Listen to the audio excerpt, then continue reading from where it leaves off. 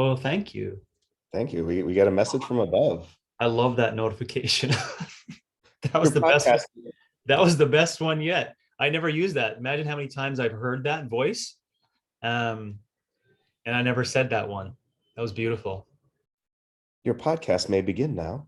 Because it's not below. It's not like I have fiber optics down Yeah. at the ground, right? It is from above, right? And soon it will be like in the stratosphere. Is the stratosphere or the telesphere or octosphere? I don't even know what it's called, where Musk's satellites will be orbiting nonstop. Yeah, and they'll pause or bleep anything we're about to say before we even say it. Like they'll preemptively Well, you're know assuming the Neuralink is going to be included inside of it? involuntarily. Involuntarily. You may have one in you right now. You In never know. Well, hey, that's progress. Yeah, that's progress, right? That's a form of progress right there. That's true. Involuntary progress. Back in our day, we had to use pens to get a message across. That reminds me. I didn't I've got to send this to you. I saw someone have you Send ever it by seen it? pigeon, please. I will. Carrier pigeon. Have you ever seen those videos from like 100 years ago that they kind of recolorize and upscale? And Yeah. okay, so they're interviewing like an 87-year-old like farmer out in the farm, and he's talking about this newfangled, the airplanes overhead and people using steamboats, and it's super interesting. Oh man, I would love that. I'll send it to you. Please do. My daughter and I would love that. Yeah, Hannah digs that old stuff too. Okay. Yeah. Yeah, it's pretty cool.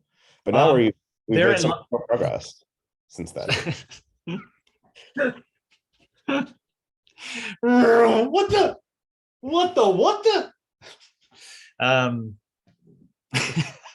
all these steamboats. uh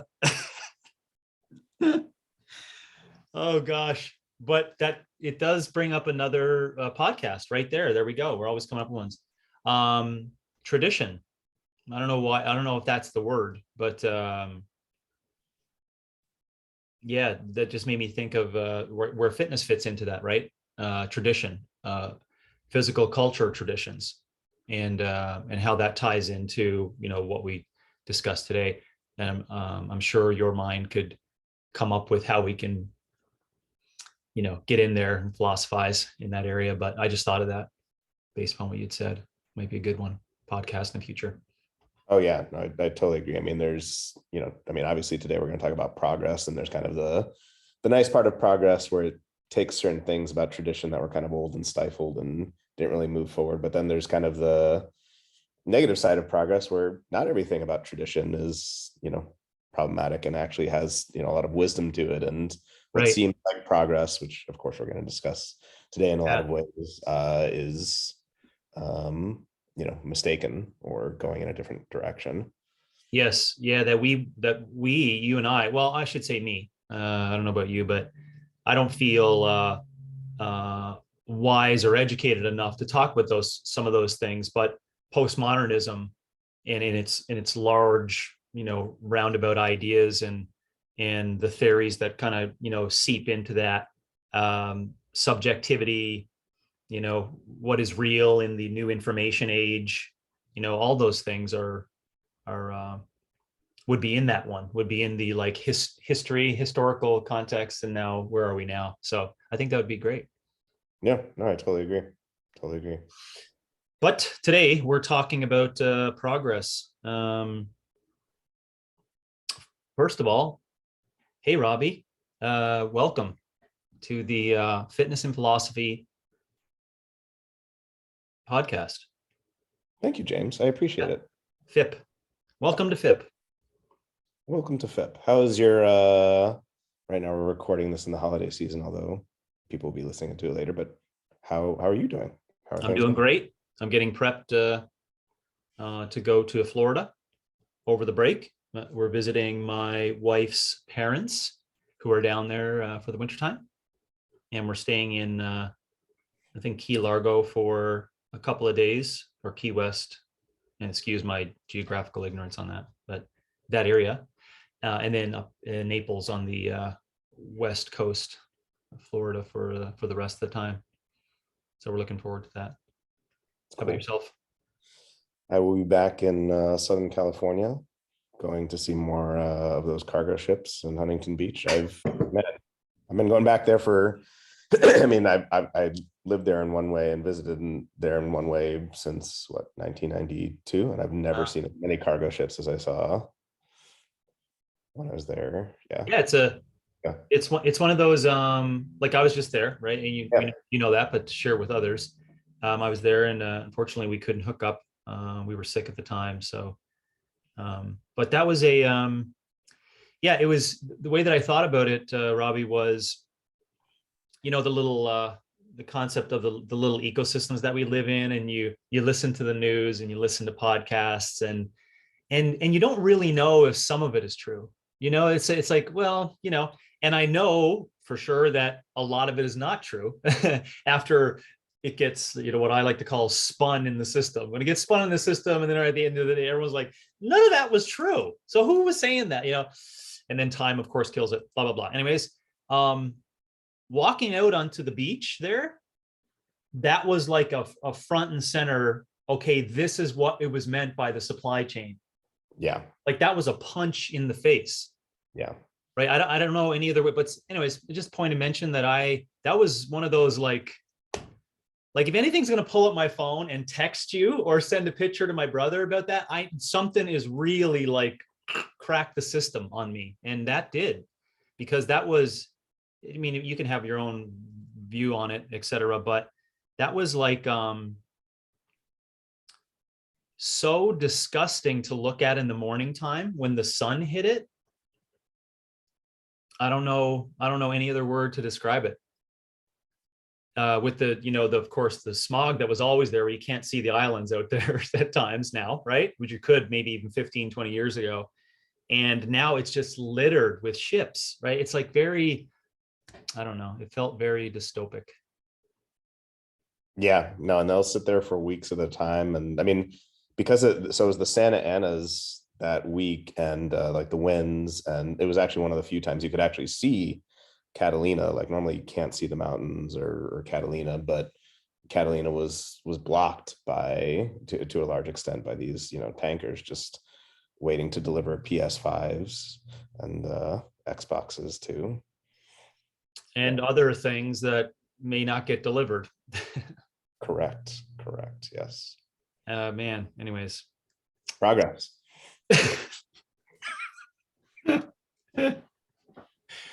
Can you imagine that farmer walking out, just being planted on that beach? Just walk towards the water. Where is it? Over there, right? Just put yourself in that position, right? What the holy cow, right? Holy cow. War. Yeah. That's probably the first thing you'd think, right? War. Oh, those are warships. What I hear, what I've read about warships or something, you know. Right. Um, and what's going to be the equivalent, you know, his video is from 1927, and, you know, so almost 100 years later, like what's the equivalent for us 100 years from now? You know what I mean? Like what does that look like? Yeah. Well, before we let's somehow talk about that, because inside this conversation on progress, we'll I'm just saying as a reminder to both of us, talk a little bit about, you know, when you observe what the definition is of progress, you got to take these like chunked time intervals, you know, and look at, you know, here to here, point A to point B, and how those things moved. And, you know, I guess we could call it past, present, and future. You know, the future has to be discussed in a small degree of this, because we're going to say, well, you know, maybe we'll see the question in here. What would be fitness progression? You know, I've tried to, you know, create my own language to what my answer would be for that. So we'll discuss that. How about you hit us off with some really simple definitions of it, and then some more recent cultural thinkers around this particular topic. Sure. Yeah. So not always, but a lot of times with a lot of these episodes, I find just going to the basic definition of a word can just be a good jumping off point before we get into the philosophy of it. So, a couple definitions of progress: a forward or onward movement, a gradual betterment. Now, one of the things we'll obviously discuss today is, and I'll talk about this more when we get to philosophy, is, there can be the appearance of progress versus the reality, right? Like, just because it seems like something is moving in a particular direction, may even initially seem like a forward direction, does not mean that that is progress. So one of the things we'll try to distinguish today is between, apparent instances of progress and actual instances of progress. And then we'll try to relate that to fitness. So in popular culture recently, I'm sure many of you have seen these before. I know James and I have both read a lot of these different things and discussed them before. There have been a number of books in popular culture discussing the nature of human progress. And I think this has been a discussion for a very long time throughout human history, but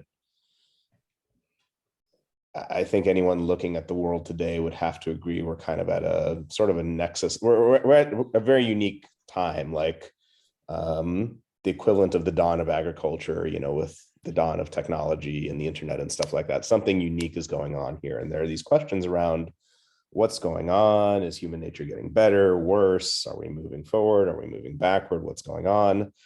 So some examples here would be Steven Pinker, probably one of the most famous ones, famous Harvard psychologist who's written on a number of different topics, mostly in psychology related to, are we blank slates or not? But one of his most recent works is called The Better Angels of Our Nature, where he essentially argues that despite what it may seem from what, our innate sort of negativity bias and what the news tells us, the world has far less crime, war, terror, less poverty, poverty, more etc. food available. Exactly. Yeah, the poverty stats that he gave, if people want to just go research, you don't have to read his book to get it. They were just like alarming differences that are happening like per week. I mean, it'll be mind blowing to you in terms of the changes.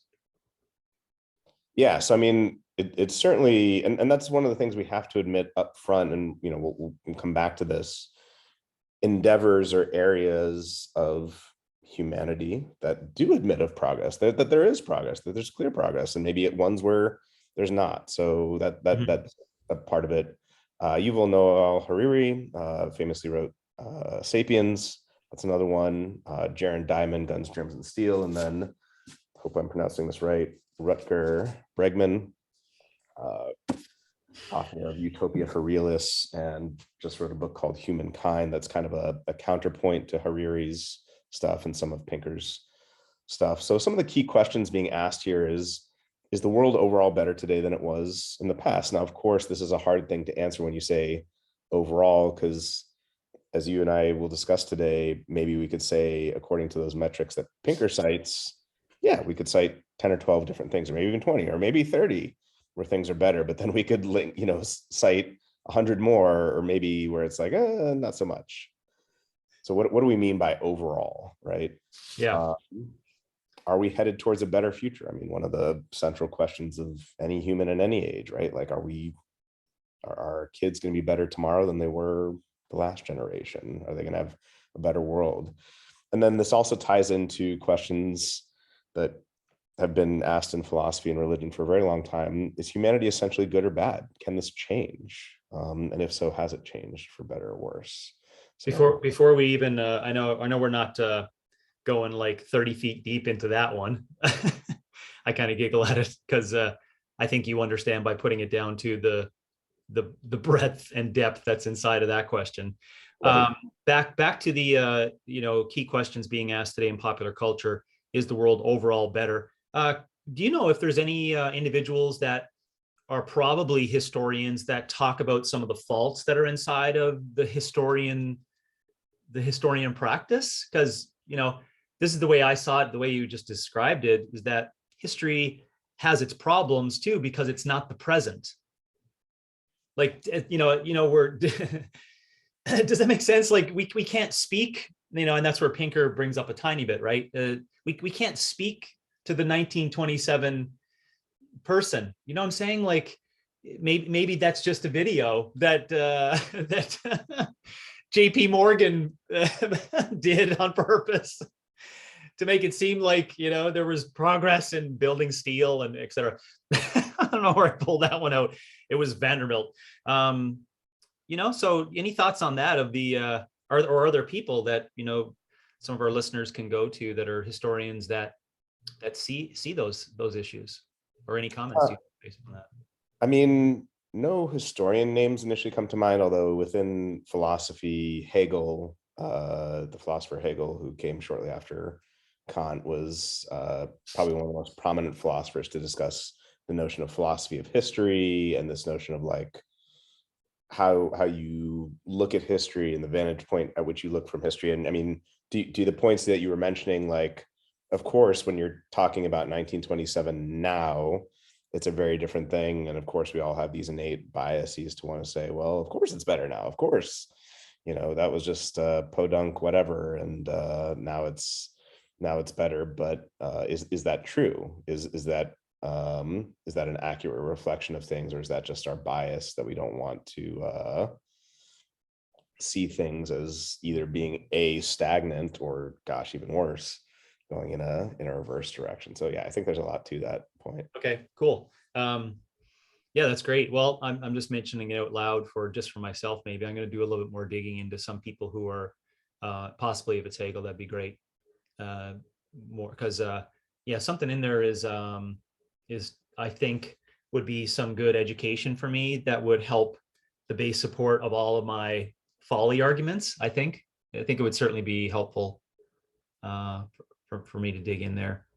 So one other connection I just thought of, and again, this is a particular thinker and this is overly reductionistic, but I still think somewhat helpful in this regard. Like, there are these discussions about how in Western thought, time and history are thought of as more linear, progressing from one end to another, whereas again, this is overly reductionistic and simplistic, and I'm sure there are counterexamples and so on and so forth. I can just see the keyboard warriors. Yeah, all six of them. Yeah. What did Rob Wolf used to say? 6 listeners can't be wrong about the Paleo Solution podcast.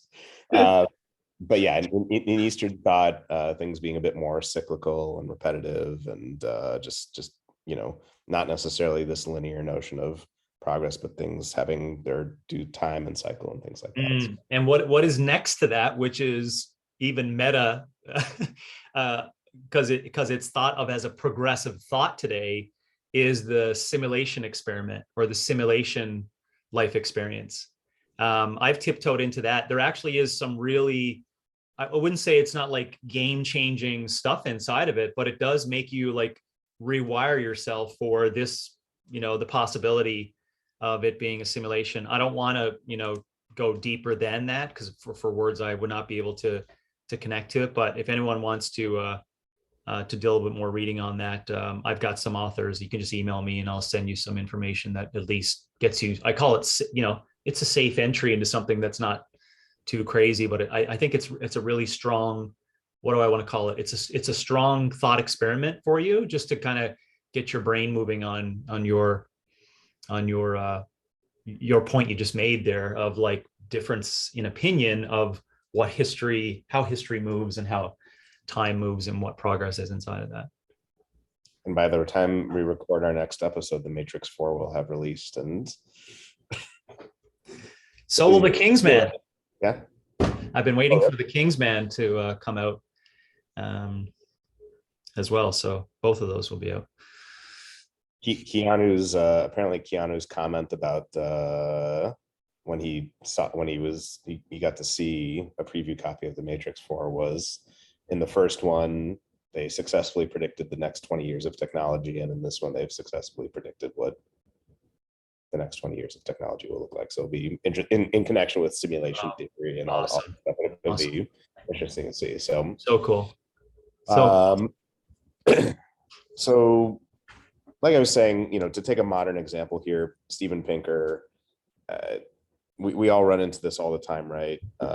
Climate change, extreme nationalism, autocracy, the pandemic, wealth inequality, you know, monopolies in technology, like all these different things, you might think, well, hey, humanity is headed in a really not so great direction.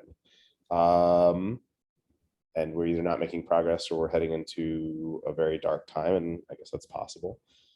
Pinker, of course, again, according to specific metrics, and that's one of the things we're going to talk about today, is like not all metrics, but maybe some. Mm-hmm. We've been led astray by our innate negativity bias, which there is a really significant amount of evidence for from an evolutionary perspective, where we tend to focus on the negative. And the stories that we see in the news now that get amplified, and he argues that, at least according to a number of different metrics, that's not true. And then Bregman goes even farther and actually counters some of Pinker's stuff as well, about how prehistoric man, life was nasty, brutish, and short, and humans were essentially such and such and warlike and things like that. So it's interesting to have these evidence-based counterpoints to a lot of our inherent biases. The skeptical doom and gloom position is the easy. Bregman argues that the skeptical doom and gloom position is the easy, lazy position. It's the default position, and perhaps it's true, but it needs more evidence to back it up. And there's a significant amount of evidence, at least he argues, against it. So yeah, I like. Although Sapolsky doesn't dive heavily into this particular topic, he kind of works around it in different ways on behavior and culture ramifications of this like human behavior. But he doesn't say the word the whole time, progress. He like stepwise takes you through this whole timeline sequence of how we behaved over time. And so you got to extract for yourself. You got to pull out those things probably that Bregman is like, front and center saying, don't forget to observe it this way. I think that could be another way that people could not directly look at progress, but maybe, maybe at least kind of jam on it in a different manner. Yeah, I think we're going to keep coming back to it, over and over, but just wanted to make the point on this concept of, and this is where Sapolsky comes in too. You got to read between the lines to get it, or his book, Why Zebras Don't Get Ulcers. But, human potential, and of course, I hope everyone knows I'm super biased on this particular topic, but human potential and human adaptation. So the physical specimen, adaptation and potential does have a part to play in this. And in your previous point you just made there, that, if really the think of it, if the physical system, or just this whole system, is not really like stressed to its potential, in multiple different ways, cognitively, emotionally, physically. And I know we got to define that, right? If you don't have that stress, you're probably, in my opinion, you're going to come up with things that is going to make it, maybe it's just it's the human project, Robbie, where we got to come up with things that challenge us, right? And to your point, it's easier to take the skeptic doom and gloom approach, possibly because we need to come up with that. It acts as maybe an innate litmus for us, right? It's like an innate thing, like, oh, just be careful, come up with these things and then like stress it and then go, oh yeah, that's okay, things are good. You know what I'm saying? And I don't know why I think about it, but like maybe, we could provide, again, which we have to do some context around, 1942 in what would be a country, in Poland, 1942 in Poland, right? Like, what's the definition of progress at that point in time? What's the definition of 1942 progress in America? Like, and the reason why I'm talking about that is that, like, when all systems are stressed, that's when you're probably going to be able to like jam on some things to determine what progress is. It could result in a loss of many lives, and stupid ideas, etc. But hey, and I think that's where I, anyways, come up for air after Pinker, and without even reading Bregman, I believe I would come up for air to kind of look around and see that is that, well, at these point in times when we're talking about 2021, is all the systems really stressed? And I really don't think they are. I really don't think they are. I think it's not really stressful. Back to Sapolsky's point on like understanding stress and adaptation for humans. you could reductionist say, listen, life right now is just adaptations. It's just adapting to different things. But here's the point. What happened if, and I'll throw in some dystopic, thought experiment here. Let's just say China decides to say, fuck it, we're taking Taiwan, motherfuckers. It's at this time. We're looking at your president and he's like, I'm not really interested. We're fucking taking it. So just keep going down the road as to what that means to you, what that means to a 20-year-old in the United States, right? A 20-year-old male in the United States. So just play that out. And now ask the question, what is progress? What is progress now? Now systems are really stressed, right? Really stressed, like all systems are stressed. So, and the reason why I just bring that up is then you can say, well, how much does it really matter if you can get your Normatec machine by Christmas, if something like this happens? Do you see what I'm saying? Like, it's like when shit is really stressed, that's when you can figure out, like, is this fucking thing progressive, or are we just like, we're just playing? Did you get any of that? Does that make sense whatsoever, where my brain's going? Okay. Yeah, it did. And I just have to say, it does fucking matter if I get my Normatec by Christmas Day. That is progress. Taiwan is one thing, but the Port of Long Beach, I knew how to squeeze you, right? I knew how to like rip that one. The Port of Long Beach better get me my Normatec. Swimming, banging on containers like a Greenpeace boat, spraying water. Yeah. Oh man. No, the water doesn't even reach the frickin' top of the tanker, right? It's spraying hard at metal. Oh man. No, but I do think that's a really good point. And that's like, so I'm about halfway through Bregman's book, but like one of the best parts of the book that actually opens it, you were talking about 1942 Poland. He talks about, like, he has an extensive first part on what it was like in London when they were being bombed for 9 months. And was it just doom and gloom and everyone is out to get each other and steal this from the other? And he cites example after example after example of like, no, that wasn't the case. And people were helping each other and laughing, and measures of happiness and health and all these different things. And so no, I think that's super interesting. And just the notion of like you were saying, what is true, like full on stress versus seeming stress? Do humans seek out, misery and suffering to a certain extent to maybe replicate a evolutionary environment where, exactly, you hit die at any moment or something like that? Yeah. I'm so thankful you picked up on all that garbage that I threw at you. You put it into words that made sense to me. Yeah, that's exactly what I meant in a sentence. So we won't dive deep into this, but just an interesting little tidbit for the book that I thought that was one of my favorite parts. One of the things he discusses extensively is Lord of the Flies, and how that has no basis in fact whatsoever. Like, it was a fictional book that caught on popularly, written by kind of a crotchety old man.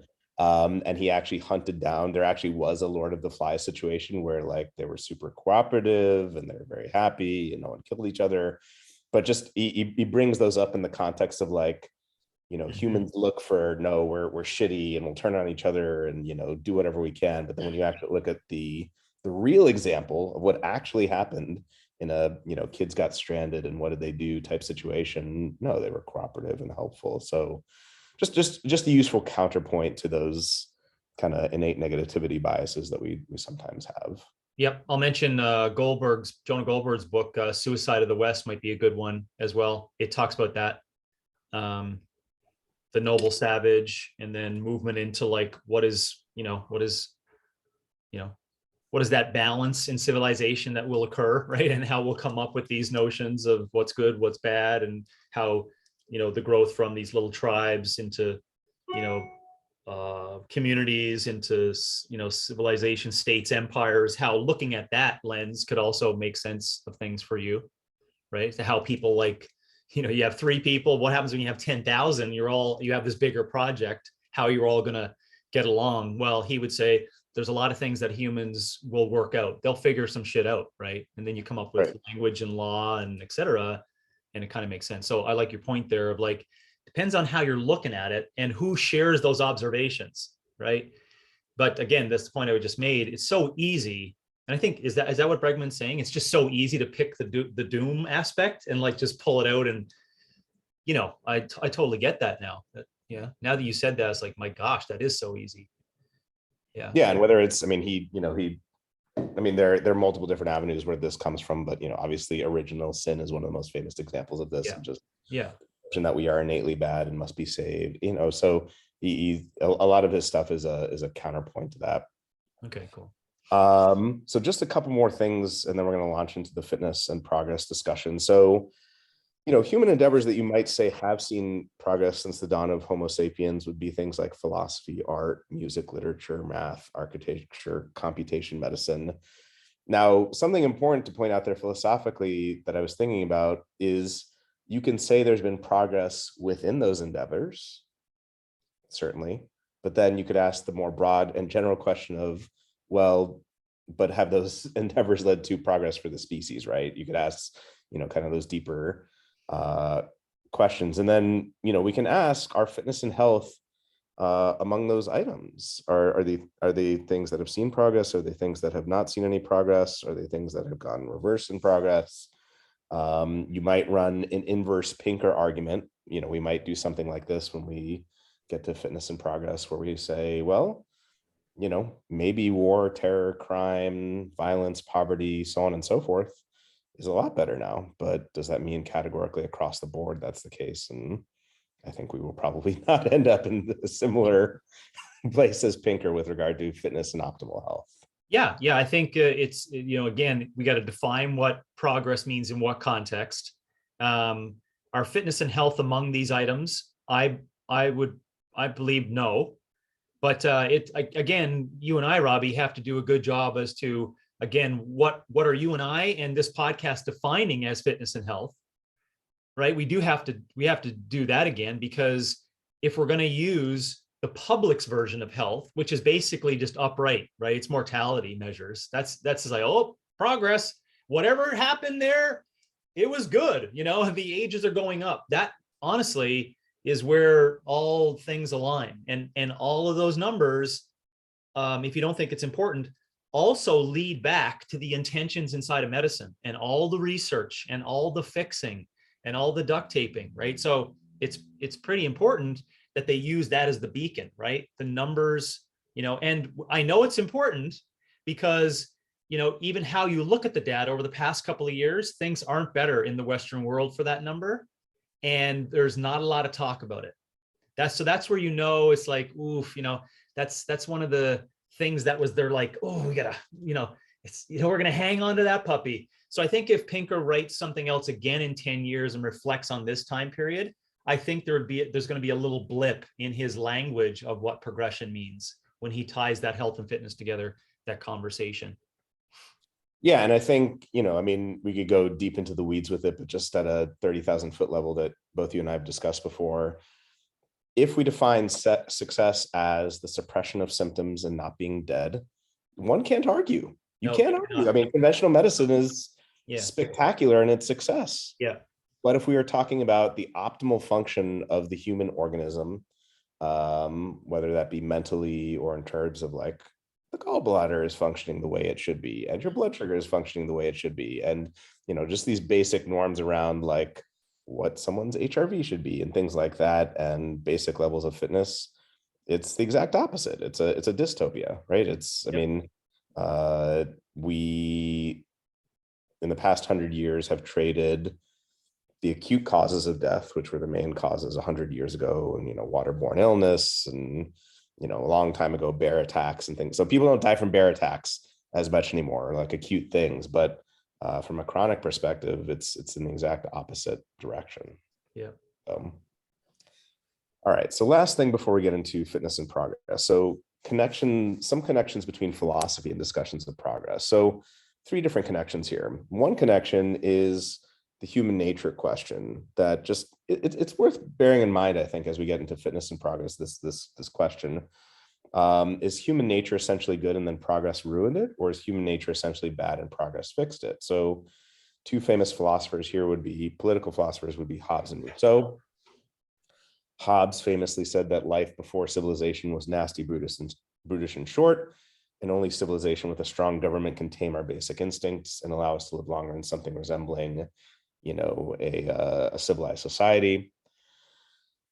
And then Rousseau, and this I think will actually tie in directly to the fitness discussion. Man is born free, and yet everywhere he is in chains. The notion of the noble savage. Pre-civilization, we were good, free, and noble, and it's civilization that corrupts us. And you see any connections between the fitness discussion there at all? Yes, interesting. Yeah.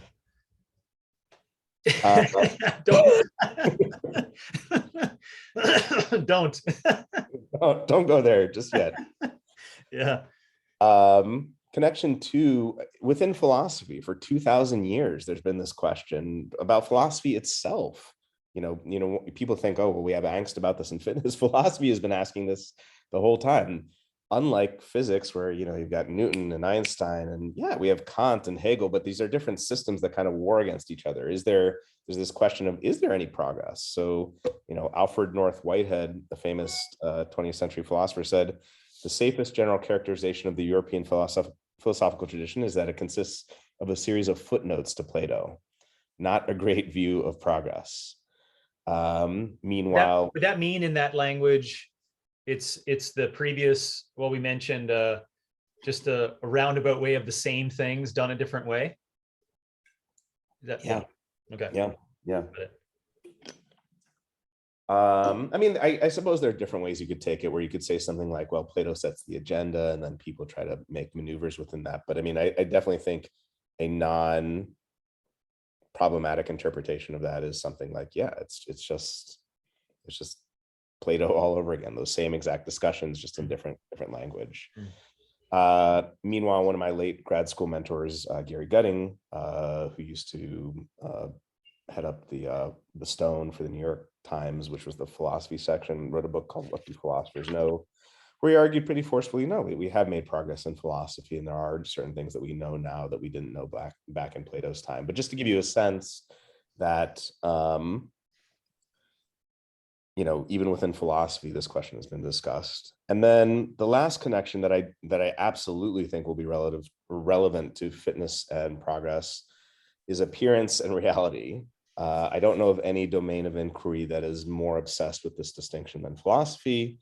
And I think this will bear tremendously on our discussion because, of course, on the face of it, it seems as though barbells and Normatex and blood sugar monitors and Whoops and Auras and TrueCoach and MyFitnessPal, how could they not be forms of progress in fitness? But we have to ask, while they may initially seem like progress, that we can track our macros or our HRV or what have you, in what way is that actually any better than 100,000 years ago? That's where we get to. So would you say that on that point, with the rise of technology over the past 20 years, I would like you to comment from your lens, from expertise in philosophy, or take on that like professional domain as professional philosopher, whatever that means. Like I would see philosophy as something that's extremely important today. Again, that's another, I guess it's another conversation, right? The importance of philosophy at different times, what is progress over philosophy? But on that last thing, what's your thoughts on that? Because I see, and of course you could be biased, I could be biased, but with the advent of, this new world, right? Because it is a new world. The internet is, a new world. Well, I'm saying it's a new world for this big issue of perception, right? So if that is the case, shouldn't there be like thousands of thinkers coming out of academia like every month in order to resist the urge to just, do you hear what I'm saying on that? Yeah. Like today's day and age, like we need we need a lot more of those individuals who are going to spend all their time, like all in on this philosophizing conversation around that, just because of the strength in that fantasy and the future fantasies. Yeah, I couldn't agree more. I think philosophy is more relevant than ever. I do think philosophy has made progress, although, again, like you were saying, we have to define what progress means in each endeavor. It's not like physics where it's like, oh, there's this new paper comes out each month and this different experiment comes out. The very nature of philosophy is it's, these deeper questions and perspectives and paradigms around particular things that we encounter. So it's a very different sort of thing. I'm forgetting his name right now. It's not Leonard Susskind. He's the physicist, but within physics, there's a very famous physicist who has argued that part of the reason that physics has stalled out over the past 100 years and has not been able to unite gravity with quantum mechanics is that, unlike Einstein, who was very much connected to philosophy and these deeper questions around what is space, what is time, things like that, physics has very much lost a taste for philosophy, and that's one of the reasons why it's not making the progress that it needs to make. So that's just an example to kind of tie into your question of, yes, I think philosophy is tremendously relevant. I think it does help us make progress. I think itself, it has made progress, but the way in which it makes progress is a very different type of thing than biology experiments or chemistry experiments or physics experiments. Yeah. Well, maybe we could just call it something different, right? Maybe it's just room for contemplation, or maybe it's like language in the public education system, right? That's like when you're in grade 4, 5, 6, 7, 8, 9, for my daughters, right? They have no idea what this means. They call it Socratics or these other versions of debates, etc. But I think possibly we may need to like start if we agree, if most people agree with the notion that I just proposed or my observation on that needing to be like deep inside of, right, the classic line, right? We need to teach kids how to think, not what to think, right? So how to think, I didn't call it philosophy. Do you see that? It's like, I'm bleeding it. So I guess I'm saying that, yeah, it would be Einstein-like, where they were generalists, right? But they had these other characteristics with them that allowed them to come up with those really big things. So I totally agree with it. It's Eric. Well, I don't know if the person you're speaking of is Eric Weinstein, but he's one of the people too that is deeply invested in trying to come up with the problem you just proposed. Like, it's like, and I know it's tough from an outsider looking in to say, how in the hell can you make that statement that physics has stalled for that period of time? It's like, well, if you listen to him speak about it, it's like, oh yeah, really, holy crap, but he is a quote unquote philosopher, right? You see what I'm saying? Like, but he's not called that, but that's what he does in order to come up with these real challenging things. So anyways, thank you for letting me mess with that. But I see that as being, I just see it as being really important for the past 20 years because of the internet and because of technology for this whole perception thing. And I think if you were to have this like, connector app, right? Let's call it an app because it's cool to call it that today. But a student's going through 4 years of university, you learn this application, right? Once a semester, which is like the pieces of philosophy, right? And call it something different: argumentation, debate, questioning, contemplation, or whatever. And it's embedded in you. So you come out, you're fucking engineer, I don't know, whatever it is you finish with, but you're capable of having those pieces inside. And I would say, in most cases, you're going to get someone who is going to see the world, the metaverse, and go, interesting. That's the first thing they're going to do, right? They're not going to go, they're going to go, which is the classic, the philosopher's, physical stance, right? That's the, just take a second, right?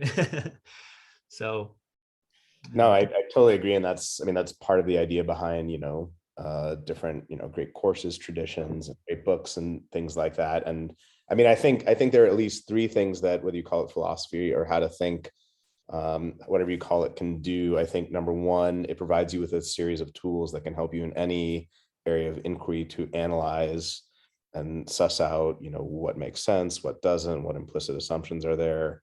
I think two, it allows you to see connections between different disciplines than you otherwise wouldn't see. Like, you can learn about art and you can learn about math and you can learn about science, but philosophy is kind of the discipline that helps you see connections between all of those different things. And I think the last one that probably to me is one of the most important is, unlike physics experiments or chemistry, which help us discover different ways the world actually is, philosophy is tremendous at helping us open our mind to different conceptual possibilities, right? Yeah. It broadens the conceptual landscape. It's just the same way traveling does or reading does, where it's like, oh, this must be done this one way because of my parents or my culture, what have you. Yeah. Philosophy allows you, through a similar but different modality, to say, oh, no, wait, this conceptual possibility might be open if I ditch this assumption. Yes. Which is a very, very powerful thing. Yeah. I wholeheartedly agree with that. I'll add to it as well. I think that for the current culture today, the freedom that comes with the like everyone being okay with you actually thinking about different things, I think is so significant importance today. Right. So if you don't hear what I'm saying there, or listeners don't hear what I'm saying, like, there's certain taboo or what's called, off the two rails, things that, listen, only 30 years ago, it was still, allowable in free thought. Like, bring the fucking Nazis into the room. Like, listen, stand up, make your point. We're going to have a counter argument. We're going to, this is the numbers. These are the things, hey, let's have that conversation. So, and I know that sounds extreme, but you see what I'm saying? If you can't even, like, even if it's created hesitancy. That's what it has. It's created a hesitancy to even, like, should I even think about those possibilities? If you don't allow that, right, and then put it into speech and speak with other people about it, which is the practice of getting everyone in the town hall and having this discussion, right, you're not going to come up with, like, really good solutions. So I see it, especially today for the culture, it being extremely important because it allows this, like, truest, freedom of thought, and the way you're going to figure out what is good, and come up with these things, in my belief, is you're going to have to, like, think about the really hard shit, the uncomfortable shit, the thought experiments that are really disgusting, right? And people who have had those thought things, like, I just thought about who's the utilitarian, the current alive utilitarian master in Peter Singer. Sorry? Peter Singer. Yeah, Singer, like, man, Yeah. like, going into some of those thought experiments, and he's been publicly, like, really beaten up for some of those thought experiments. And he's like, listen, it's just a thought experiment to get the wheels turning, right, on creating a definition, right, of what utility is. Anyways, so thank you for just taking the time on our podcast to work through that one. But something, like, raised its head there on the necessity for philosophy for the current time. No, I totally agree. I mean, whether the culture will recognize it or not, and obviously there are different cultures that are more or less amenable to it. Obviously, Yeah. I remember talking with some of my British philosopher friends, and British culture tends to be much more amenable, and Yeah. Canada, from what I've heard, at least Canadian programs and things like that, more amenable to philosophy, whereas American. So obviously it depends on what we're talking about, but it's Yeah. I think it's absolutely relevant. So Yeah. Okay, fitness and progress. I mean, lots of questions here. I don't know if you have a preference on where you want to start. If you want me to pick something, we go into that, but lots of stuff to discuss here. Yeah, no, geez, which direction to take for, well, how about just a softer start, only because it's down on paper, and what we let's maybe take a stab at why we should talk about progress and fitness. What's your thoughts on that? Sure. I mean, I think there are a couple of reasons, at least. I mean, one is, again, it's almost an innate, or I think it's an innate human disposition to want to know, like, hey, are we moving forward in this endeavor? Are we staying still? And Yep. are we regressing? And there is some normativity to those things, and maybe we should ask: should there be normativity? Like, is it okay to go back every once in a while? Is it okay to stay in place? It doesn't always need to be progress.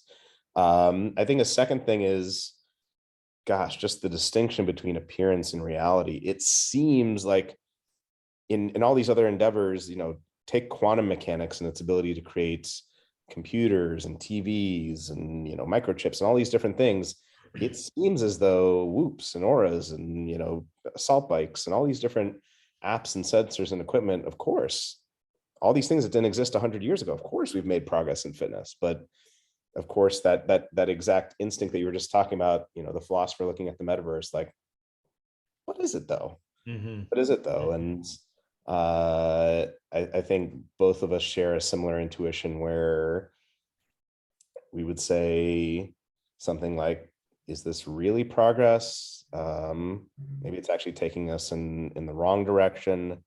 And if it is, then that leads to the even more relevant practical question: well, what should we do instead in our current landscape if this stuff isn't progress and it's not helping us get closer to where we need to be, and it's it just looks cool, but it's not actually helping us get where we need to be? What should we be doing instead to get to optimal health and fitness? So those are some initial thoughts there. Yeah, awesome. No, that was fantastic. I think that's a good opener. We could take it from here in multiple different ways, but I just thought about the word capture, with regards to that, like fitness and progress, and why should we even be inside the conversation for fitness and progress, if possibly it could be so simple, if possibly, or we are also falling prey to like just being inside of it, thinking it's progressive, but really we're just talking and doing this back and forth for nothing, but only for you and I to kind of like work things through, and just to be honest, if that's the case at the end of the day, I'm okay with that. Just be completely honest. I think that, which I'm not sure if this will be a stepping stone, so you can look ahead and say, okay, well, that's not going to take us to this direction, so I'll just go there. But I'd like to go back and say that I think I think who the observer here is in making these points is really key. Like who's asking or making these observations around progress, right? I think that's really, really key to look into. Like the 12-year-old, the 32-year-old, the 65-year-old. And I just use ages to kind of just open up our minds. Like, who is this conversation really important for? Like really important for? And who would care about that conversation of progress and fitness? I think it's always important to think about that, so we don't make these generalized statements of like, this is why progress and fitness is important and it's good for the whole thing. But it's like, really, as an example, the 12-year-old, I just think of Chloe, my daughter, who, holy shit, is going to be a teen in a month. It's still mind blowing to me.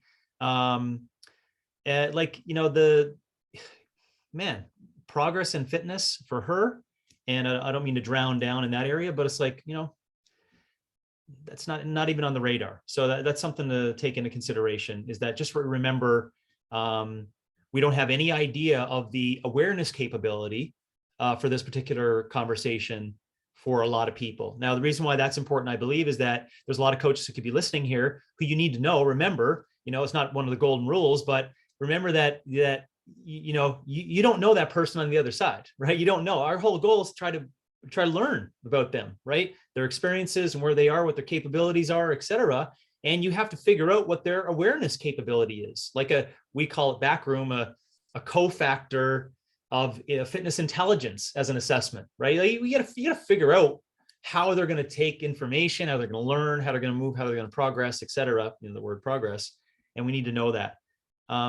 Second, I think that based on my previous point, like, or this answer of like what health is, I think that kind of covers our whole thing of progress and fitness and how people observe it, i.e., the definition of the public's version of health, and I'm repeating this, is, upright. So mortality is used, like how long do people live, and that pretty much, there seems to be like a period and not a semicolon after that for the conversation, right? Like, well, what do we look to? This is the public's question. What do we look to determine, if this whole project has been progressive in fitness and health, right? Without even talking about the corruption inside of putting those two words together, but fitness and health, they'll be like, well, people are living longer. We don't need to have any other discussion. And I think that part needs to be, maybe you and I need to like jam a little bit on that, of redefining it, if it's not too lengthy, on like potential and maximal human potential, regardless of this, long-term mortality outcome as being the defining factor. As you know, because inside of that whole project, there's a shit ton of apathy and mediocrity and unknown measures, right? Of like, oh, you can't prove that fucking broccoli is better than the Dorito. Like, it gets shitty. And, a third point on that, let's not forget that this project of like, I put it in these terms, but it's just a simple way of saying it. We've only had 150 years practice, really, of this like 55 to 85 years of age, like, concept for a majority of humans, right? Majority of humans. Like, it hasn't been longer than, I know there's a lot of, infanticide and early age deaths and a whole bunch of shit. But there was a point in time where medicine, clean running water, and what else? Fucking engines, refrigeration, like that actually was the like splitting point, right? Of like this whole new project. Holy fuck, like, what are we gonna do from 55 to 85?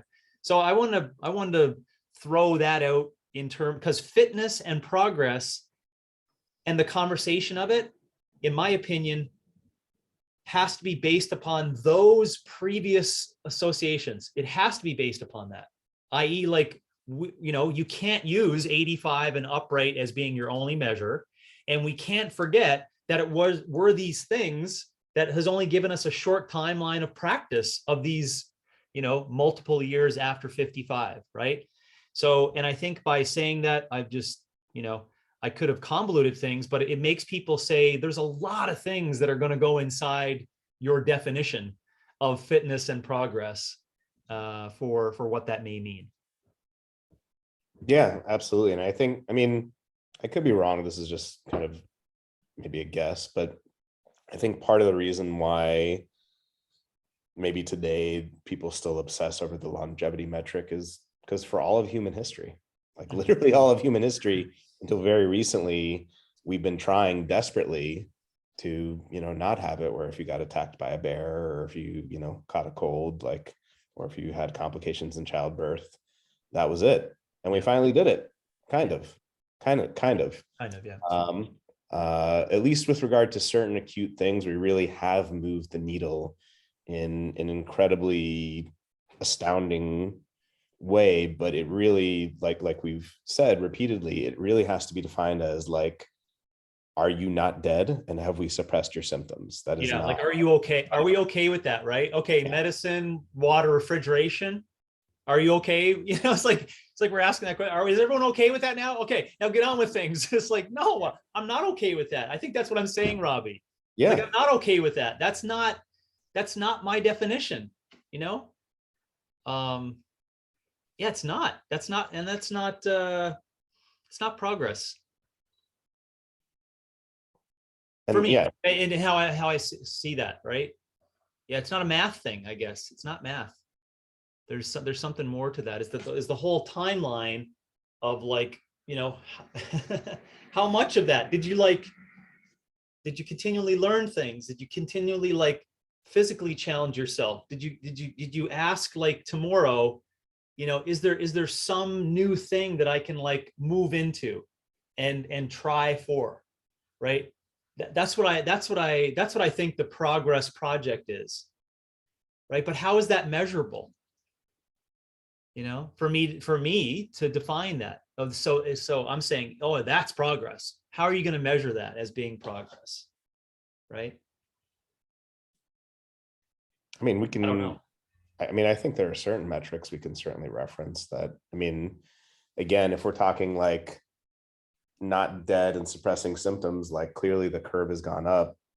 But if we're talking, cardiovascular health, metabolic health, blood sugar, diversity of gut bacteria, neurotransmitter function. I mean, there's a whole slew of metrics we could point to say, well, things just haven't been going in the right direction. And then for fitness, I mean, we could use some of the ones that you've proposed in the past, like people being able to run for 2 hours, or deadlift this, or pull, you know what I mean? Like, yeah, yeah. Those metrics, I don't know how anyone could argue that things have been moving in a better direction. Yeah, I mean, yeah. So I put down two there that people could always, if it helps coaches, you could always use this in language. It doesn't mean you're going to have like, a whole ton of research to back this up. You can email me, james@opexfit.com. I can give you some reading to go into it. But yeah, obesity and happiness, as to how those two things are defined, you will find a whole ton of things that would indicate a majority of people are not moving towards, what I define as like the beacon for physical function, cognitive ability, and contentment. People are not, as a whole, not moving towards that. And there's a lot of data saying that's not happening, and the obesity happiness one, and happiness is just a word, but you'll get into the psychological evaluations and this whole area of contentment and the measurement of contentment, inside of that, and you'll see that it's not going that direction. So I guess back to my point, you answered my question, that it is possible to measure. And so on that, would you say then that if we were to only use those things, that it wouldn't be a clear indication of progress, more so than the just being upright, the age, Not only not a clear indication of progress, and active regression. Yeah. And I mean, I just thought of this as you were mentioning this, and I'm curious to think if you think this is a good or a decent metric. We have exact numbers from every single pharmaceutical company of pharmaceuticals that have been prescribed and produced. Yeah. Every one of those, again, let's make caveats for, there are certain acute cases that, it is important, if someone has severe psychiatric issues or what have you, like there are certain acute cases where pharmaceuticals may be necessary and or beneficial, but anyone has to admit that is the significant minority of the pharmaceuticals that are prescribed. And every pharmaceutical that you can possibly think of in one way or another is meant to typically suppress function. Beta blocker, HMG CoA reductase inhibitor, proton pump inhibitor. These are all things that in a normal human, if there is proper physiological function, there should be no symptoms. So just right there, the fact that we have, I don't know, millions, billions, however many prescriptions are actually prescribed, that's an objective number we can reference. That should not be happening. Aside from acute issues, that should not be happening. And that, to me at least, is a sign of active regression of health. How could those, in a to take the FDN kind of couching of it that I'm sure came from somewhere else before that, in a normal functioning healthy human being where there's 100% function, there are no symptoms. Well, if there are symptoms and if there are things being prescribed for those symptoms, that means that there's not physiological function. That's an objective. We don't need to get to these, cloudy things of like, well, how can you define happiness? And, it's still worthy to ask, are people happy or not? But like, objectively, we know how many prescriptions have been prescribed, and we know it's not, it doesn't line up with human physiological function. So I would say active regression. Yeah, great. Yeah, that great words. It is deeper than FDN. I mean, that you get into the purest natural thought I mean, that's talk about Plato times like that. But I don't want to fall prey to that one being like it was all said then, but there was a lot of things said then. I was like, there's this apple, there's sunshine, keep moving, take a crap, like think hard things, physically challenge yourself. It's like there's more than that. It's like, oh gosh, I don't know. Yeah, and so it seems like progress because of all those things. Well, let's take it in this angle for the appearance aspect, because it seems, and maybe it ties in, who's inside of it. But let's just take this idea, Robbie. You can run with it in multiple different ways.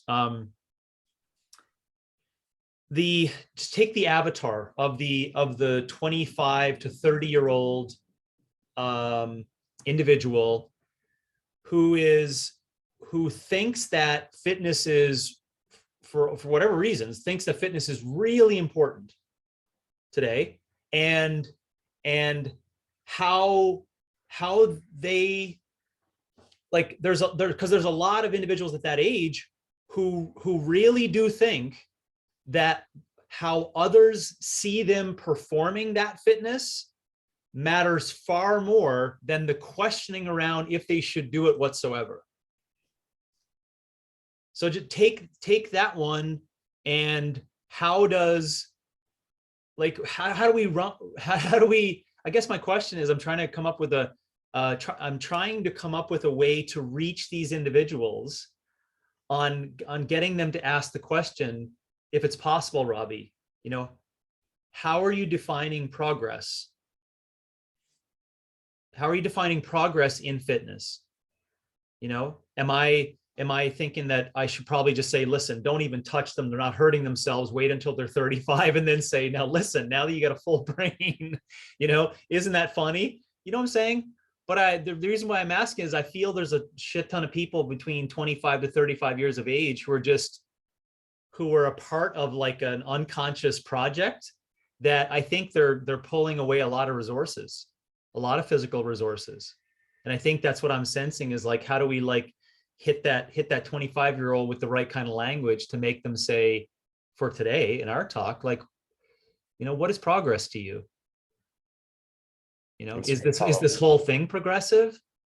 Am I asking too much there for you to solve the social media dilemma and attention economy? Instagram followers and TikTok views. That's progress. Did my triple kettlebell snatch with fireworks on the side, get 1 million likes and hearts. And in a couple of years, you actually won't even do it, but you will. Yeah. I mean, Meta will.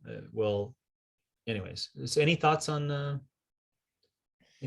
I just feel something for that group, in terms of like, what is reality? I'm sensing a huge majority of them. It almost feels like we need to have like 30 couch sessions, like 30 sessions for an hour each to be like, it doesn't matter. Like it, anyways. Yeah, no, I mean, I agree. I don't know that I have a solution. I mean, I do think one thing in particular that comes to mind that I think relates to what you just said and to this overall discussion is measurement feels like progress. Measurement feels like progress. Like we think, oh, because like something is scientific, it can be measured, therefore it's progress. So, I'm sure you've seen people like this, and I see people like this where, oh, if I can measure it on my Whoop, or if I can put the force collar on by the way, that's the name of an actual product, on the barbell, and like measure the velocity of the bar, and like, well, I'm doing, I was doing 0.5 meters per second before, now I'm doing 0.81 or what have you. Like, measurement has the appearance of progress, and sometimes measurement is important, right? I mean, that can be useful in certain things, but I think there are a lot of gizmos and gadgets today where we can give you such and such recovery score, or we can tell you how high your heart rate was with Orange Theory, or all these different things, and it feels as though because you can see the thing going higher, it's progress. But you and I and a lot of others would argue, well, Well, no, just because you can measure the thing doesn't mean the data is worth paying attention to. That there's a philosophical point right there that relates to fitness and progress. Yeah. Just you can measure it doesn't mean it's worth measuring or that it has any bearing on anything. Yeah. And So, also just because things, I think the words that I hear there is like, it's easy to see that what seems trendy is definitely progressive inside the culture of fitness. yeah, I mean, Like it seems progressive. It's like, you know, because I mean, on the Jimmy on the street, if I was to ask those questions, you know, those people, we're still going to do that. Those people, of course, keeping 6 feet apart. Those people are going to answer like, well, are you doing this high intensity interval training? Do you know what I mean? Like these public individuals are like, listen, I know I've read magazines, so I know what should be offered in fitness today. So the first question comes out of their mouth: are you trendy? Right? Like, you know, and that to the public's mind, and then to the coach's mind is like, oh, that means that I have to keep up with the trends and be current to be deemed as progressive. Right? I am all in on this progress. Well, how can you prove that to me? Look at my Whoop band. Look at the new fancy version of resistance that I have here, right? It's like, and this is a great sell to the public because then they perceive that, oh my gosh, like you know, I'm not going to go into a gym that just has fucking rocks and sunshine. You know, it's an open air gym. Oh man, it's like, where's all the trendy current things? That's not progress. So I think, you know, even to answer my own question, and you did a good job of it, of, you know, he's moving around in there, is that it does require, I think, education again on this, you know, on the simple things. Yeah, it's the education on the simple things, and education on, I guess, like, well, what do you define as progress? So asking the person, right? Asking the person, well, what do you define as progress, right? And then what you get back, at least now you know, it's like, okay, now I know how you're perceiving this entire thing, right? And then I can say, I can tell that it's going to take a lot of conversations over a long period of time, and we're just not going to tiptoe into that right now, because I can see that it's just going to take a lot of moving around and kind of shaking things. And then your brain, you know, will get to the point where you're like, okay, I get that. You know, what others perceive of me is not really that important. Okay. And now you're like, oof, okay, that's great. Now let's get into this area of understanding, right? The concepts of longevity and consistency and all those wonderful, wonderful basics for that. Yeah, absolutely. And I think, you know, having those questions and conversations, I mean, when you think to almost any piece of tech in the health world, with maybe a couple of, there are a couple exceptions I can think of that I think are interesting, but, you know, a happy light, blue light glasses, a cold plunge, a continuous glucose monitor, like in one way or another, they're trying to restore us to biology. Like a continuous glucose monitor, I mean, that is really cool in terms of progress and you being able to monitor that given a sick and diabetic population. But like, what's the use for a CGM in biology, right? Yeah. And where is intuition and responsibility gone now? Yeah. So all the ones you'd mentioned, like, they seem like these progressive new technologies, but in my opinion, they remove intuition and they remove freedom. There, I said it, like, it removes freedom from this, like, you, like the hard thing. You should know this. Well, how do I know that? You eat that food. How do you feel? I feel like a piece of shit. Don't be afraid of saying that. And then going, probably need to change that up the next time, right? Like, oh, I definitely gonna need a monitor. You know, see that it just like drops, it drops all of that. Like this, to your point, is biological intuition that somehow we've given it up. You know, we've given it up, and it's been like, oh, let's allow the machines or something else or my coach to take care of that, to get inside the medium, right? And it, man, there's that, you know, just taking a big view, looking at that, that is not, in my opinion, progress. That's not progress of the fitness relationships, right? That's not progress of fitness knowledge, right? That's not progress. Yeah, I'll continue on with that thought. I think something that's important to me personally is teaching, learning, moving, and creating. The learning aspect is really important to me. What's inside of that is progress, right? Progress, because learning, when you say the word learning, intrinsically inside of it means that like there's this downloading of information that helps you navigate the future, right? Like you are taking things on, right? That's helpful. I'll go back to your definition. Gradual betterment as the definition of progress, right? How do you get betterment?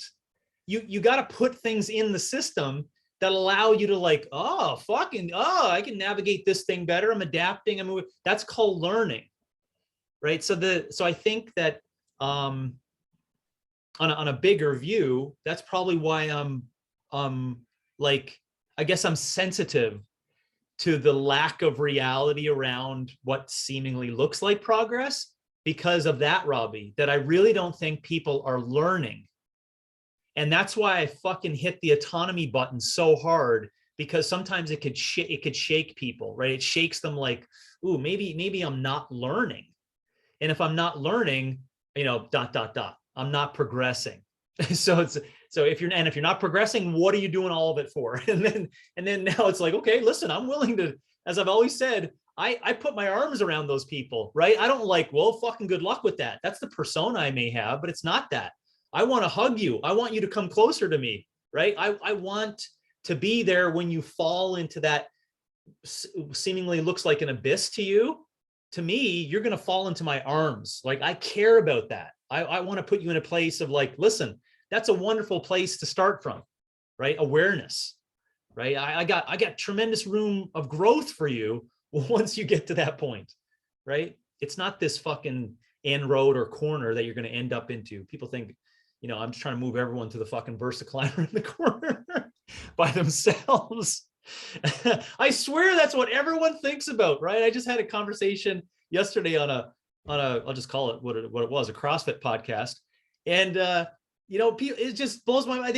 People still think that, right? It's like, as soon as I say the words, fitness on their own, immediately people think they're gonna, I'm gonna line everyone up in a corner with the rower facing the corner and just like over and over. Like, they really, it's like no conversation. Well, you're just gonna get in the corner. We're gonna do it. It's like, sorry, that was way outside of my previous point on the on where I'm sensitive to the definition of progress. Right? No, that was amazing. I was just imagining as you were saying that, like, McDonald's isn't helping you, and then they trust fall into your arms. Oh, I hope Brandon's listening into this one. Oh, I'm sure he'll make. I'm sure he'll make memes about it. Stamp people with an M. There are a couple of things within there that I do have questions about. I'm curious your thoughts. So, one thing, I was thinking about, and we've had discussions before about this, about like, why do we even need coaches today? Why do we need a nutrition coach or fitness coach?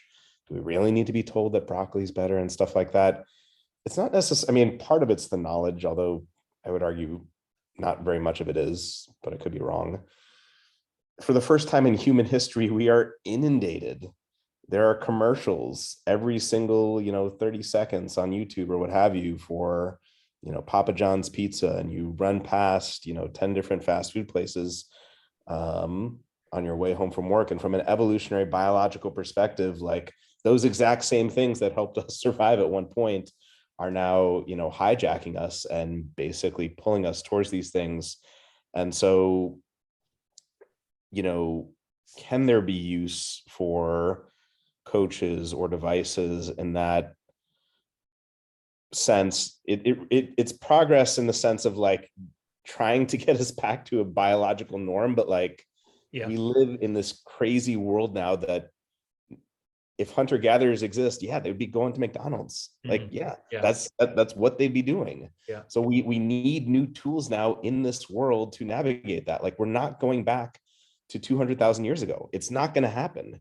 Like, you and I are going to live in rooms and sleep in beds and like Yeah. not be outside all the time and breathe indoor air. Like, we need air purifier. You know what I mean? Like, Yeah. we're not going back to that world. So do you think in that sense, there may be, again, it's progress in a weird way. It's not, I wouldn't say gradual betterment or forward movement.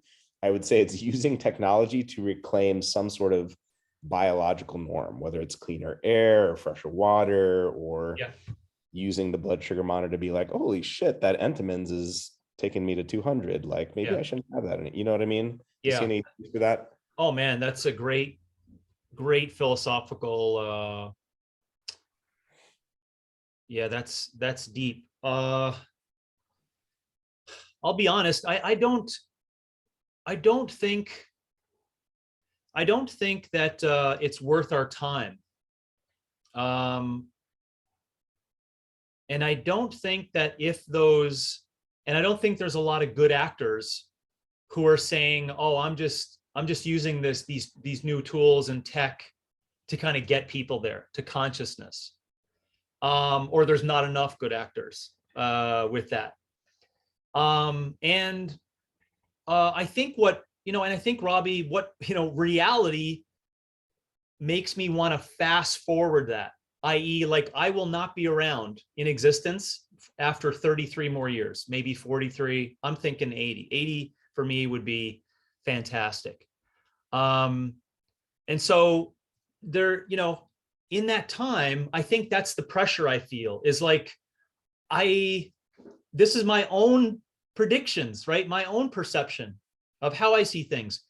I will get exhausted, right? I'll get exhausted, even speaking about the conceptual ways of, you didn't say it this way, but meeting people halfway with the current tools we have to kind of get them to consciousness. I think it has to be, and I want to be careful how I say it, because it doesn't seem like a totalitarian kind of concept. We always walk down that road. No, but I mean, I just don't have enough time. And I really don't think that the way things are going, if we lean into those tools, it's going to really help. I think it's not. I think it's the root is knowledge towards wisdom. And that is, of course, harder, right? That is, of course, harder, but it is the right way. I think that's the right method of getting people to whatever that is. Progress in terms of where fitness fits into their lifestyle, and vitality, and all those things we speak about in that long-term beacon. Without proper intentions and knowledge of the reason why you're doing exercise, I believe it's all a construct and it's all fucking play. So where does the current things and tools, to say this a third way to answer your question, fit in? I think it's mostly useless, because we're assuming it's going to make people, because, oh, it's available, so we're going to have to find a way to mesh with it. I don't think that's how it's going to be used.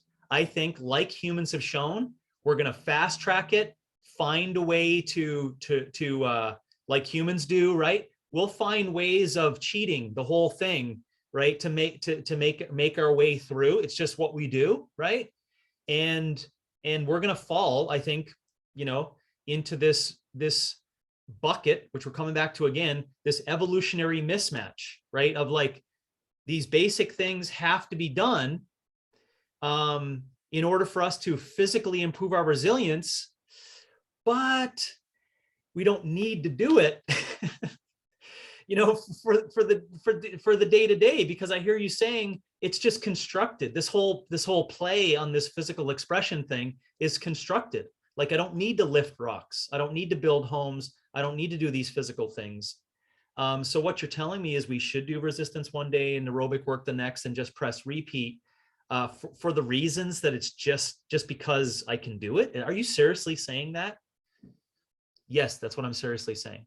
And no tools need to be inside of that, I believe, Robbie, to get people to that point. I think it needs to be simple language and just do it. Just follow these rules. That's right.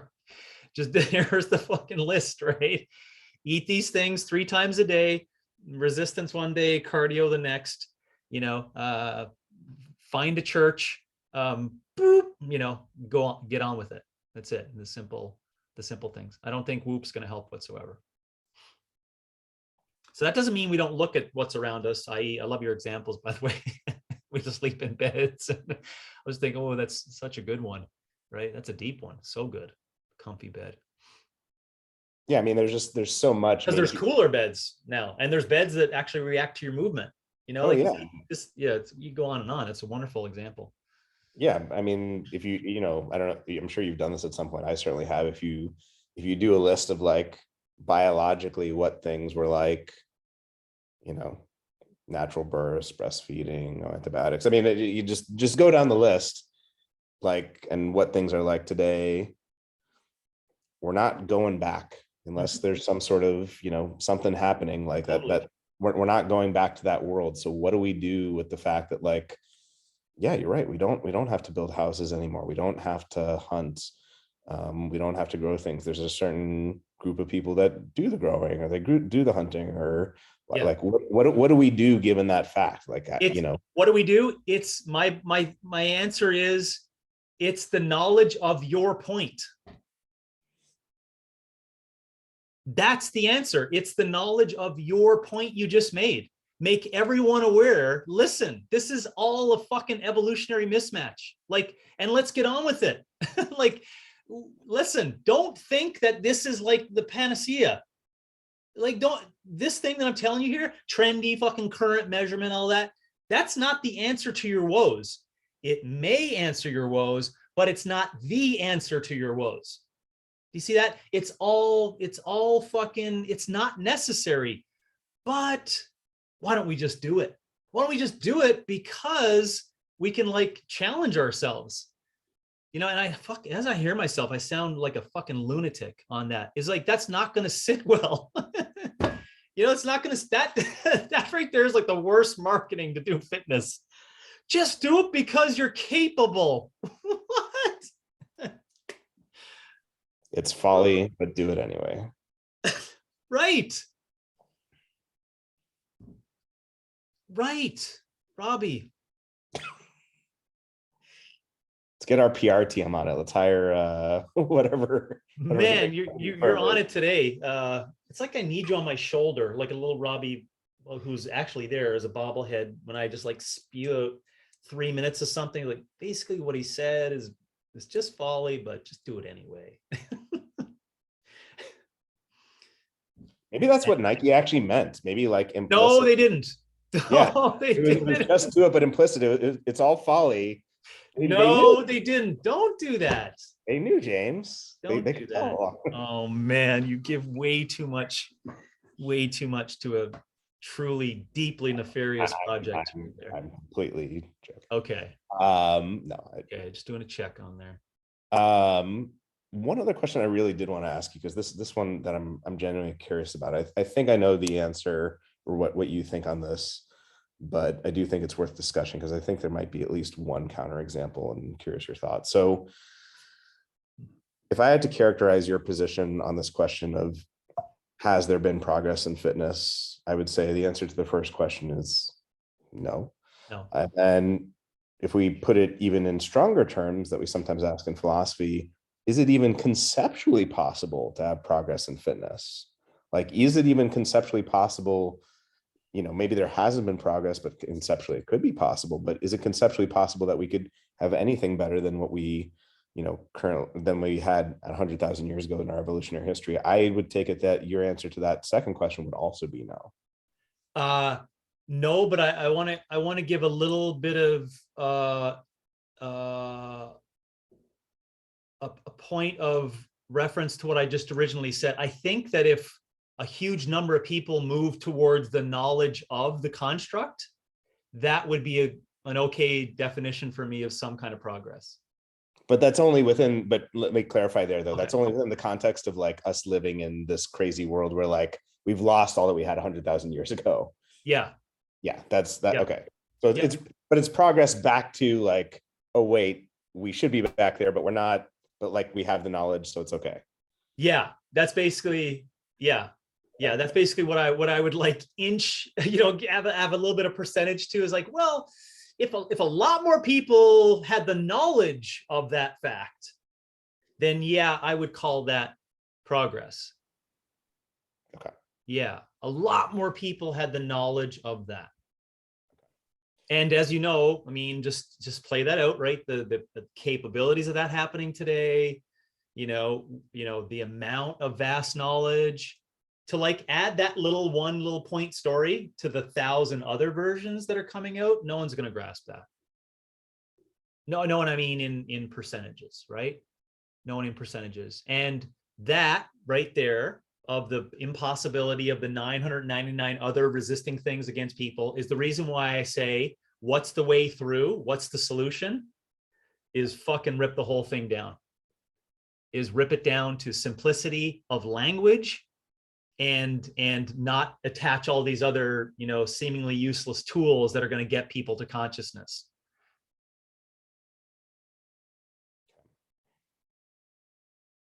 So pretty much, I mean, according to what you just said and what we were just discussing, everything, air bikes, dumbbells, kettlebells, gyms, coaches, the whole lot of it.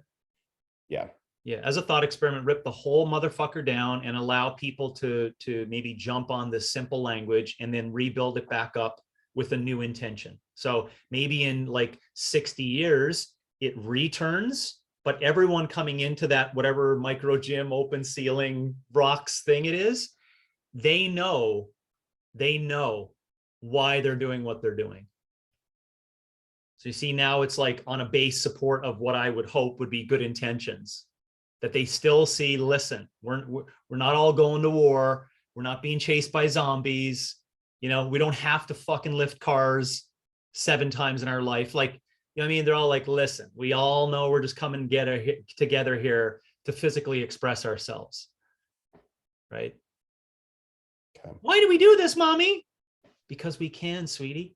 There was these people back in the day who really struggled with this notion. There was these aha moments of these philosophers, Robby and James, and under the Gustinology,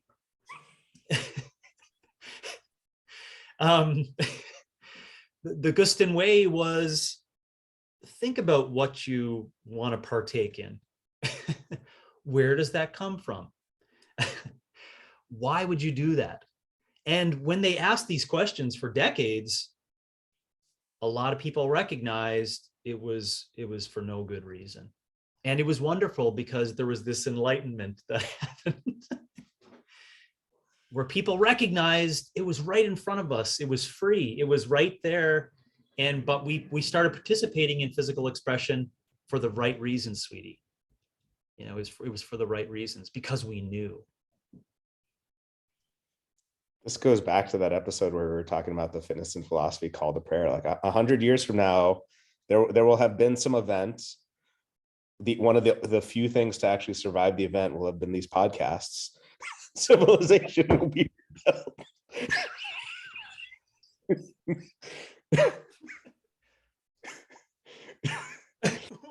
we extracted it from the ether. What? How many years ago was that?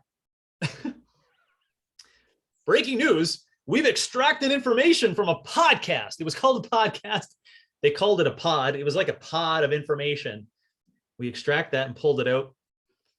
And each time they find a new episode, or a new episode somehow comes to them, it's like a revelation. Uh-huh. Yeah. From on high, Mount Sinai. His name was Joseph.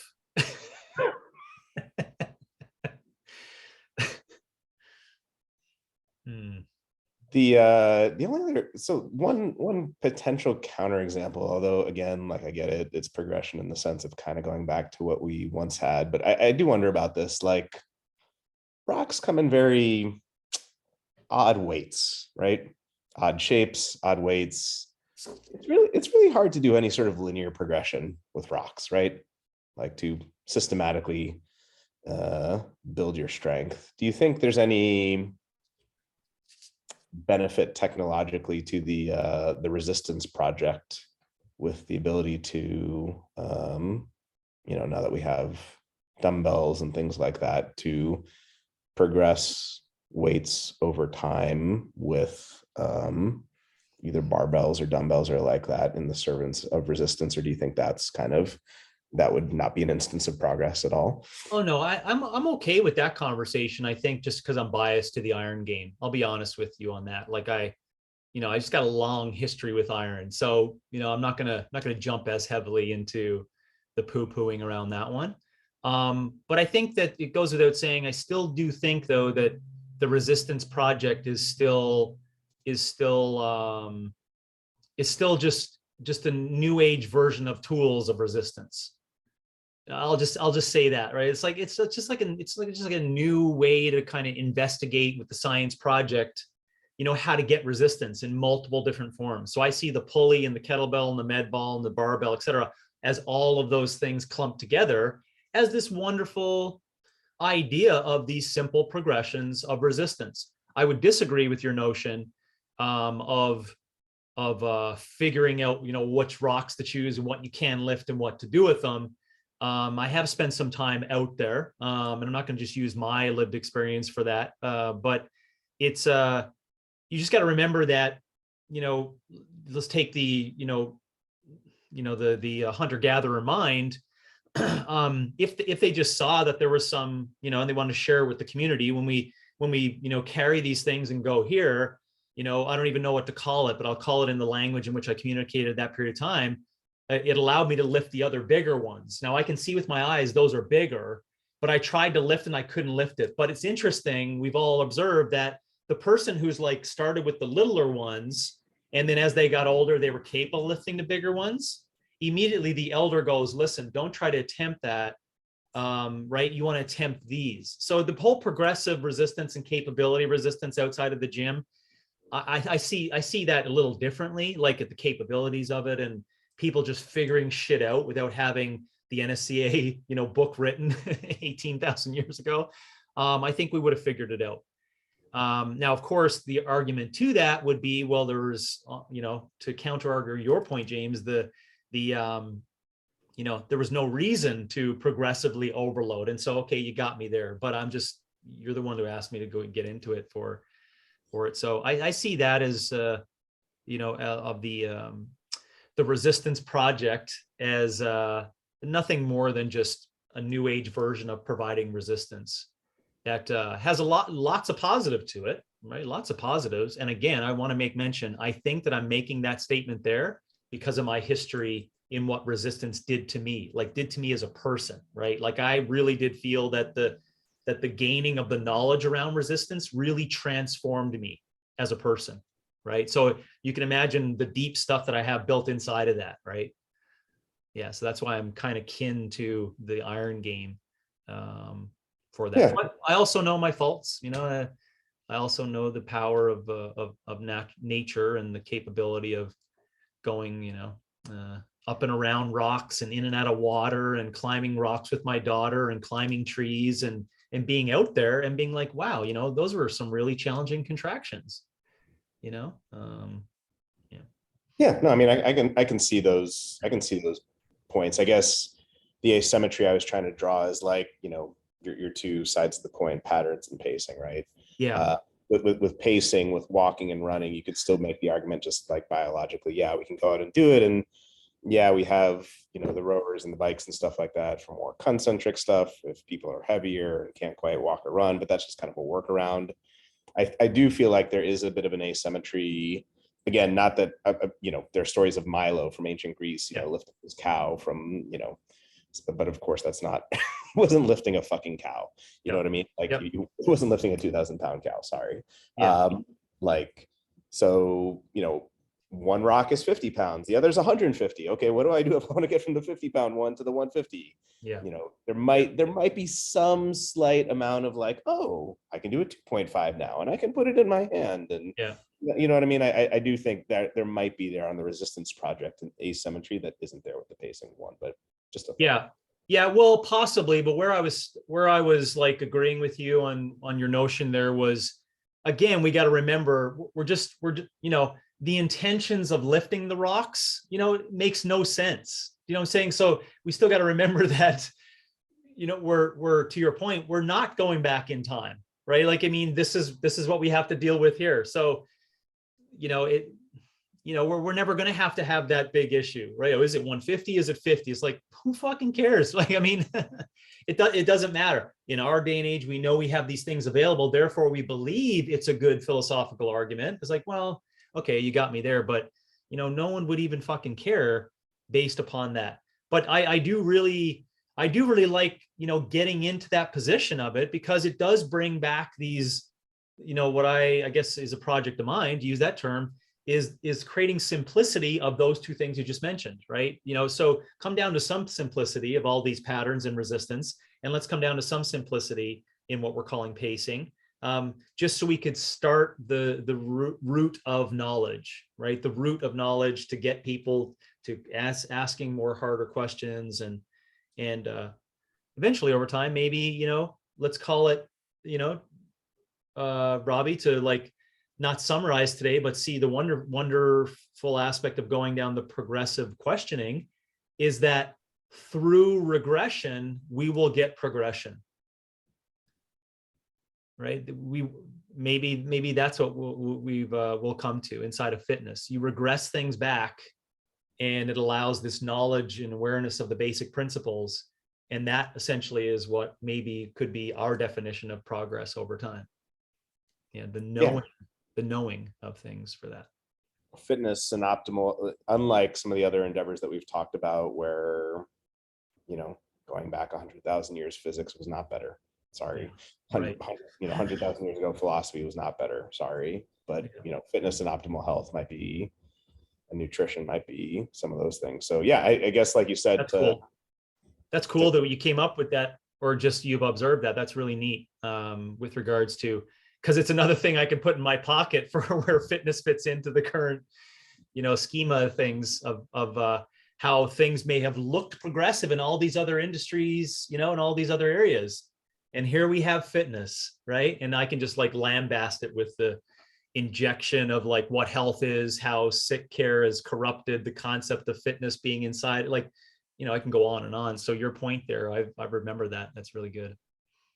Thanks. Yeah, I mean, it's a similar thing within philosophy where like there are certain papers that try to be written in a certain style to like mimic science, and like I think we see this in fitness too with like tech devices where like it seems as though if we can measure things, it seems as if there are new devices coming out or new modalities, that's progress, but it might not be. So, well, according to what we said, it's definitely not. So I guess, like you were saying, to kind of summarize today, we talked a bit at the beginning about the definition of progress, talked a bit about, different books in popular culture, Pinker and Bregman and Hariri and others discussing the notion of progress.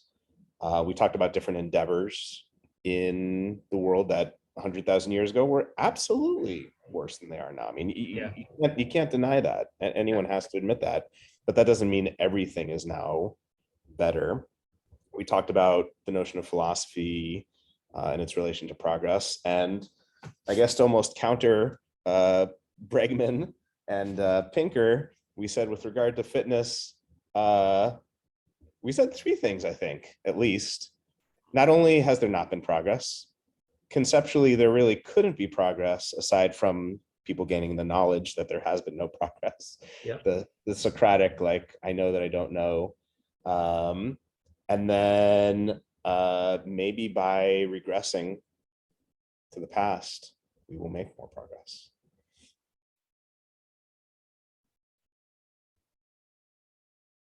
That's great. Yeah, that's freaking slap the M on that forehead. Trust fall. I'll catch you. Yeah. Yeah, I That mean, was good.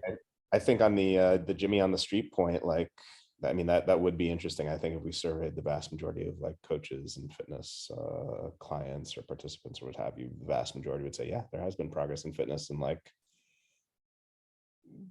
you sure? Uh-huh.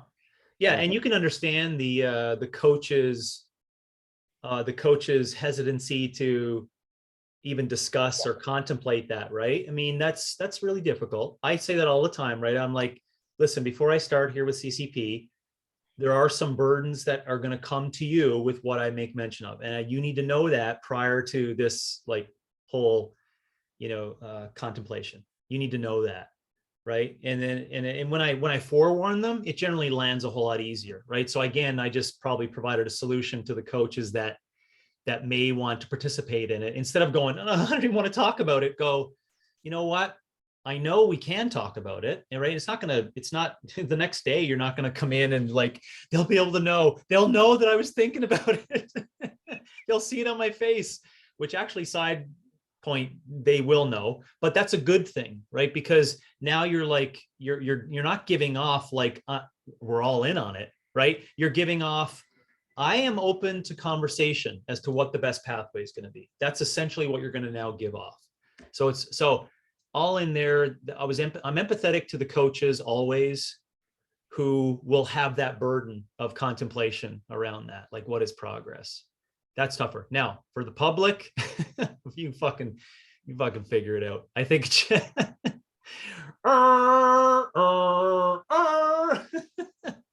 all the fair. Just wake up. Yeah. So anyways, that was a great summary of how we kind of got in the middle road there. And also to finish on that, I guess, more positive point of creating some knowledge, for coaches, for them to say, you know what, I'm going to take on this philosophy and this philosophy of asking the question around what progress is. And in my point that I made, which you eloquently stated better than what I did, by the way, it's just trying to know more about it is actually a form of progress. Yeah. Yeah, absolutely. Mm-hmm. I think one last thought there. I think Uh-huh. OPEC should set up confessional booths for coaches coming over from CrossFit. Forgive me, Father, for I thought that fitness was folly. I'm trying to, they're worried that they've sinned. It's okay. It's okay. I say it all the time, right? I think that's probably where you're getting it from. I'm like, listen, listen, if you want me to throw the holy water on all of you, and I do this on Zoom calls, right? It's like, well, here you go, go away. The holy water is actually a bad example, right? It's not even fucking, I should be like, doing like I forget even what the confessions symbol, wasn't there like I remember, man, those rooms were really comfortable, that's what I remember. And being dark and mysterious, and the fucking, the fucking, the glass is like on the other side, whatever it is. Father Bart, I always remember Father Bart. Anyways, what was my point on that? We would just have to change the whole structure of that, like plexiglass but little holes in it, you're facing one another. Yes. And we have to create our own kind of like symbols and language and stuff. All right. But I'll come up with a better way for that. Yeah. I like it. I mean, I love, I'll go down that road. I'm not scared shitless of what people think will be inside of that project of creating a more of a religious atmosphere inside of the fitness healing. But hey, that's what it takes. That's what it takes. Yeah, I think some fitness coaches worry that they're having impure thoughts when they're like, I thought it was fall today. That's right. That's what I meant. Where I'm like, listen, if I'm that person and there's just a lineup, right, for years, I don't mind taking on that role. go on and do good things. Next. They take It's the picture. okay. It's okay. Next. They take the picture of Dave Castro on their desk and they put it down. Oh, they walk in with the shirt on, right? I won't even say the name of the shirt. They walk out with a different shirt. And they're looking down the line at everyone, right? They're like, you know, and everyone in line is like,